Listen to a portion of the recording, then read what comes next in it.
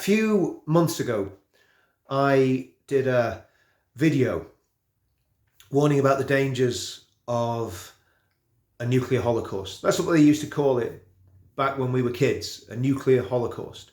That was way before people talked about a climate emergency. And as I said in that video, the danger of nuclear war is worse now. It's worse now than it was in the 1970s and 80s.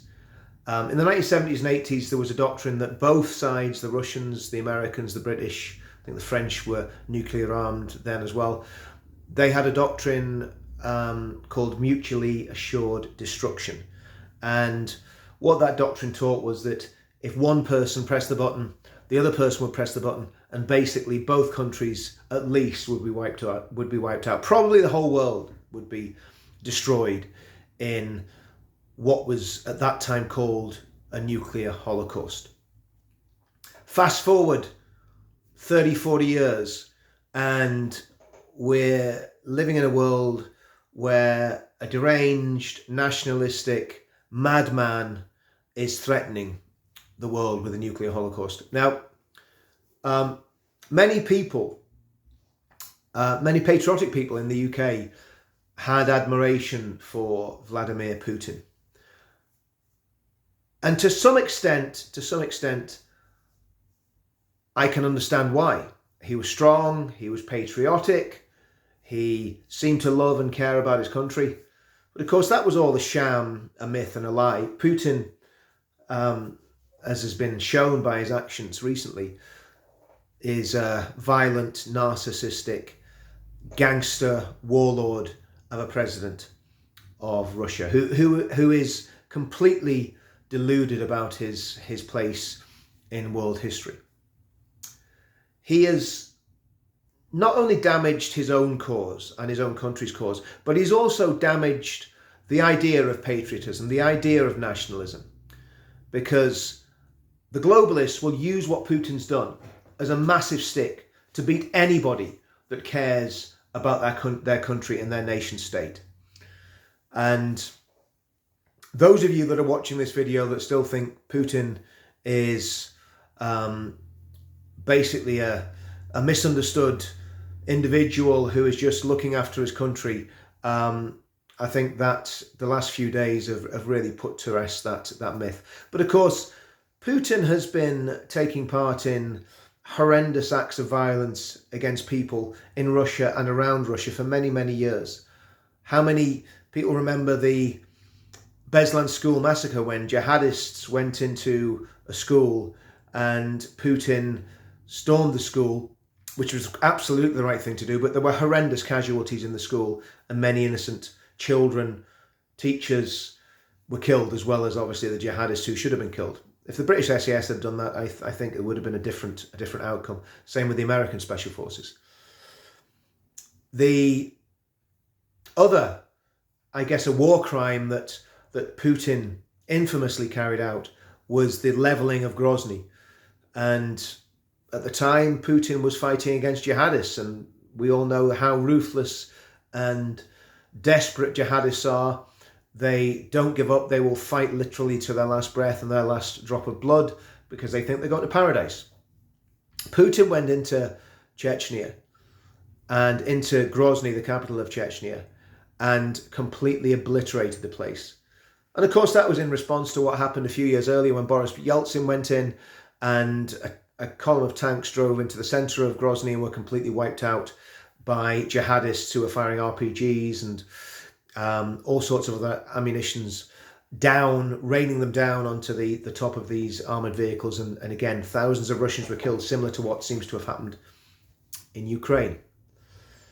So Putin is cynical, he's evil, and he's dangerous. But how does the West deal with that? Because the fact that he's brutal, cynical, evil, and dangerous, and it has nuclear weapons and has already threatened to use those nuclear weapons, means he's extremely dangerous. It would take minutes for those weapons to be activated, those weapon systems to be activated and deployed against Western capitals, against infrastructure in the West, the consequences of a thermonuclear war are truly horrific. And of course, most people have forgotten about them. People obsessed with climate change very, very rarely talk about nuclear war. They very rarely talk about the horrors of a nuclear holocaust. And I've always been against nuclear weapons. Even when I was in the military, I was against nuclear weapons. But the problem is, if one country gives them up, then all countries have to give them up. And that has been the sticking block, really, since the middle of the Cold War. However, one thing I hope comes out of this horrendous crisis is the fact that we need to look at this idea of who has nuclear weapons and who doesn't have them. And I think there should be a widespread, verifiable nuclear disarmament treaty that really stops everybody from carrying these weapons and threatening to use these weapons. Putin has done enough for that to happen, I believe. His threats, I don't believe they're vain threats. I believe if Putin's back was put right to the wall, he would use them. Also, if you look at Putin, he doesn't look normal. He looks like there's something wrong with him, whether he's got a brain tumour. I've seen people like that where he looks like, this is going to sound strange, but he looks like his head's swelling up in some way. Has he got a brain tumour? Has he got some sort of disease that he's getting treatment for? Look at the way he's distancing himself from his aides and his people he's meeting with, having 20 feet or 20, whatever it is, meters, it's 20 feet, I think, between him and the people he's meeting. So there's something not right about Putin. Does he know he's dying and he's wanting to have one last hurrah? We just don't know, and we don't know what his mindset is. And I hear a lot of people, very, very cavalier reporters and journalists saying we should have a no-fly zone, we should put boots on the ground. That's World War III that they're talking about there. And that will, the way things are at the minute, that will end in a nuclear holocaust if these warmongering globalists get their way. Now, me saying all this, in no way lets Putin off the hook. Putin should be on the hook, and he should be blamed for everything that he is doing in Ukraine. He is the guilty party here. He's the one that's invaded that country. And the Ukrainians, absolute credit to them, are putting up a valiant fight. Personally, I don't think it's a fight that British men and mercenaries should be flocking to from around the globe. To me, it's a Ukrainian war. We should be arming them. We should give them the tools of the trade and let them get on with giving Putin a bloody nose. Now, putting all that aside, how can civilization get out of this mess that it's in? There are many good people in Russia, many good people in Ukraine, good people all across the globe who want this to stop. And I think the reality is that Putin probably now realizes that he's made a big strategic error. If he hadn't have invaded Ukraine, he would not be under the pressure that he's going to come under over the next few weeks and months. And that makes him dangerous because he knows the game's up and he may well be chased from power, or that there may be a coup. Anything could happen. So he's going to tighten his grip on power in the Kremlin. And also, he's going to be well aware that unless he can get himself out of this situation, he's not going to be president very long. He's not going to have all the protections that come with being president. So to me, even though he is a wicked, evil despot who is trying to destroy Ukraine, the best thing the West can do is give him a way out. Give him a golden handshake, so to speak, just to get him off the scene, to get his finger away from that button. And if that happens, if Putin goes, the West then needs to invest in democratic structures in Russia, because Russia is not a democracy, it's not a functioning democracy.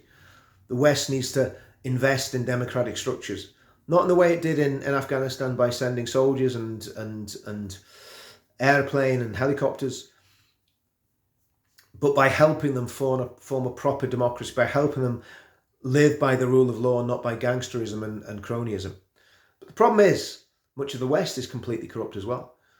The West, as far as I can see, has been run by globalists who want to do away with the nation state And this is the fearful thing about what's happening at the moment in Ukraine. The president of Ukraine has been extremely brave. There's no doubt about that. But when I heard yesterday that he wanted Ukraine to join the European Union, I scratched my head and went, hold on. You're fighting for your national sovereignty. And at the end of that fight, when everything's tallied up, you've now put yourself in a position where you either surrender that sovereignty to Russia or you surrender that sovereignty to the European Union.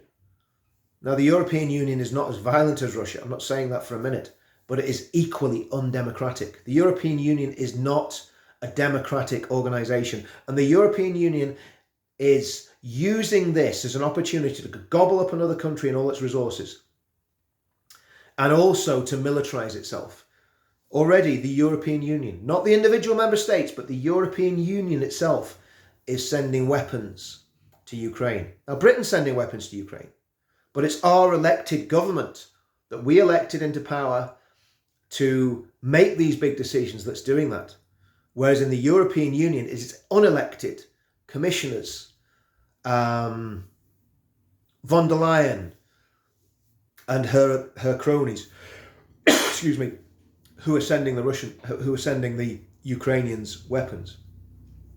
So we've got to be aware that there are a lot of globalists that are going to use this war as an excuse to project their power, to project their ideologies. And what they're going to do, they're going to attack nationalism. They're going to say nationalism leads to Putin. They're going to push their globalist agenda. They may even push for some sort of limited nuclear war to help strengthen their arm in taking over the world and bringing in their new world order, bringing in the Great Reset.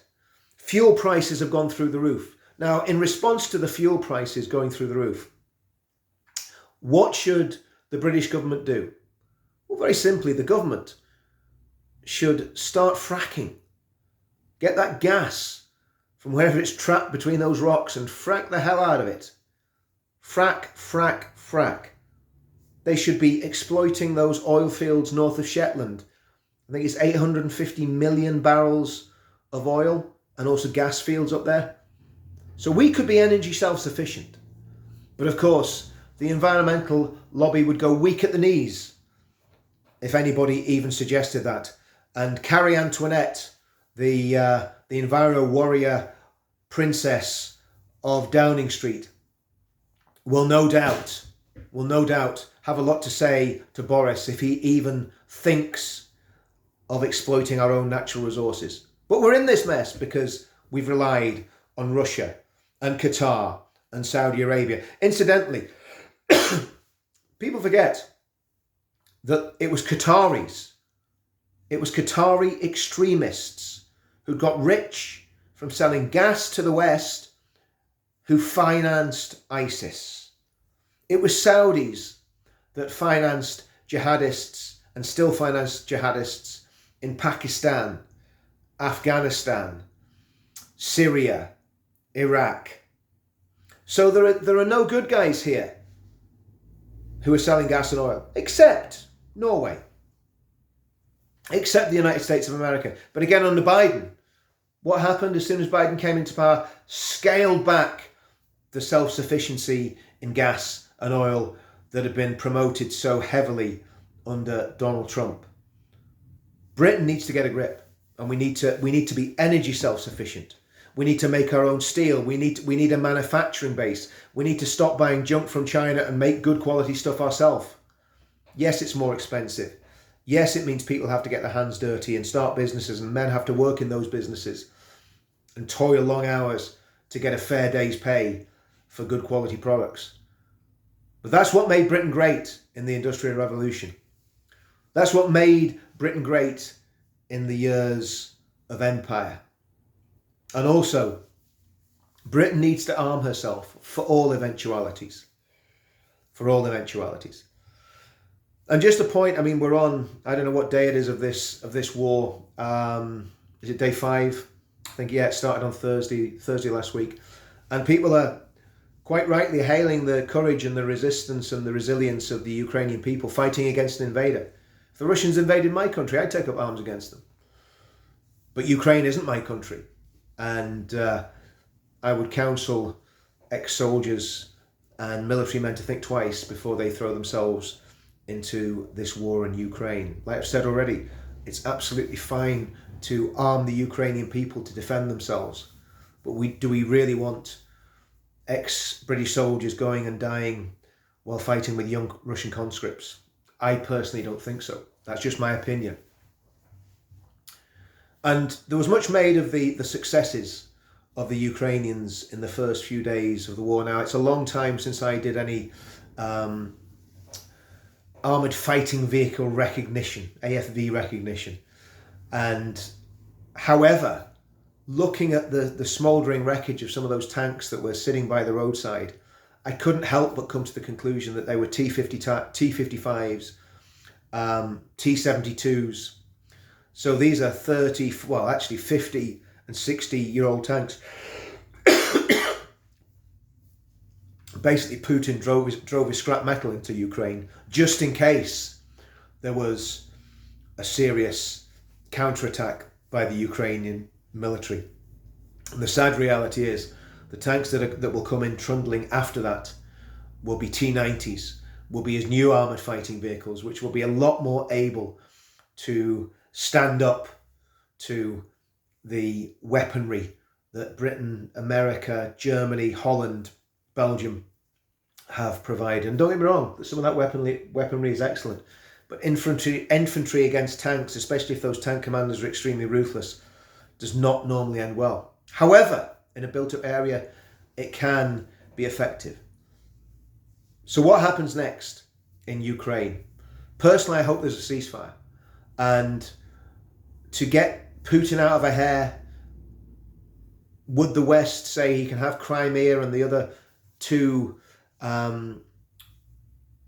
areas of Ukraine that are mainly Russian that want to leave Donetsk, and I can't remember the name of the other one? Would it be wise just to give Putin those areas and then form a buffer zone between them and the rest of Ukraine? Somebody needs to let that madman off the hook and then get rid of him out of the Kremlin. But of course, when we look at what we've got leading the West, Sleepy Joe, where did he go? Where was he this weekend? Where's his vice president? Kamala Harris. They're nowhere to be seen. Joe wouldn't even answer questions when he got off the presidential helicopter. Didn't even look like he knew where he was. He was just shuffling around the gardens of the White House. So we're in a very, very dangerous situation. And a miscalculation by either side in this conflict could lead to massive casualties in a nuclear war, or even just massive casualties in Ukraine. Well, not equally bad, but very, very bad for Ukraine. Sadly, the West is lacking in leadership. And I've said this before, and I've been again vilified for it, but I don't care. I'll speak how I see it. I was no great fan of Donald Trump. I didn't think he was a great leader. I thought he was very, very, very good at winning the populist vote in America and engaging with working class Americans. But I didn't think he was a fantastic president. But he did a lot of good. And I don't believe if Trump was president that Putin would have done this. Not because there's some conspiracy between Putin and Trump. Whether there is or whether there isn't is anyone's guess. But because the unpredictability of Trump and the strength of Trump would have stopped this happening. He would have been on the phone to Putin, warning him of very, very severe consequences if this had continued on. So we're in a very dangerous situation. I hope and I pray that we do not end up in a situation where nuclear weapons are used, even supposedly tactical nuclear weapons on the battlefield. One nuclear weapon going off is one too many by at least 1 million lives. So we've got to hope and pray that everybody draws back from the brink. Because, of course, as usual, the Western media are stoking the fires. And listen, Putin is wrong. Putin's a despot. Putin is an evil man, and he's carrying out, without a shadow of doubt, seems to be carrying out war crimes. But do we really need to see people dying on the 10 o'clock news to know that? We've never shown people dying when it was Syria. Do you notice that? We've never shown people actually in their death throes when the fighting was going on in Syria. We were never shown that when the Iraq War was on, when when Britain and America and France quite shamefully attacked Gaddafi's Libya. And again, Gaddafi was an evil, wicked man, but the way he was assassinated and toppled was a stain on Britain, France and America, just as the Iraq War was, and just as Syria almost was. If the British and the Americans had gone into Syria, we would have been facing this situation 4 years ago. And it's almost like the question is, do the globalists want a world war? Putin's to blame for this. But when you prod the bear's going to lash out.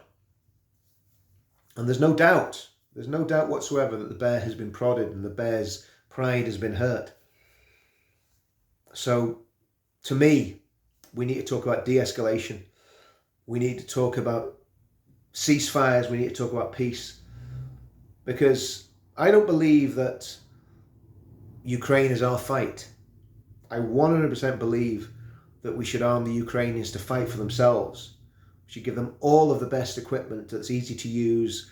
These NLAW rocket launchers seem to be absolutely superb. If they can get them some very, very easy to use, and I'm not saying that because I don't believe Ukrainians are intelligent, but just so that they can use them quickly. Surface-to-air missiles, shoulder launched, absolutely fantastic, because it levels at the battlefield and it stops Putin in his tracks. But we should not be talking about no-fly zones. We should not be talking about British soldiers putting their boots on the ground in Ukraine and dying for a cause that is not theirs.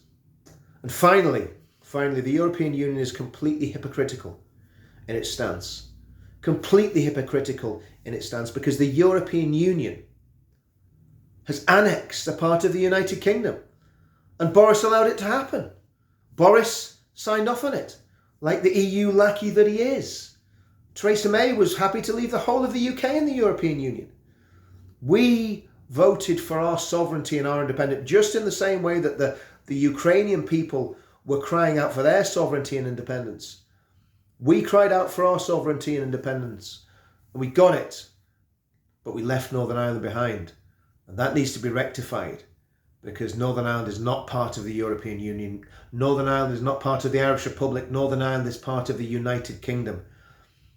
And I believe there is great, great trouble being stored up with what's happened in Northern Ireland, with this insidious power grab of the protocol that Sinn Féin, the SDLP, the Alliance Party, and all of the Republican leading politicians love. It needs to be overturned, and it needs to be kicked back against. So that's my take on what's happening in Ukraine. There's a lot of other stuff going on.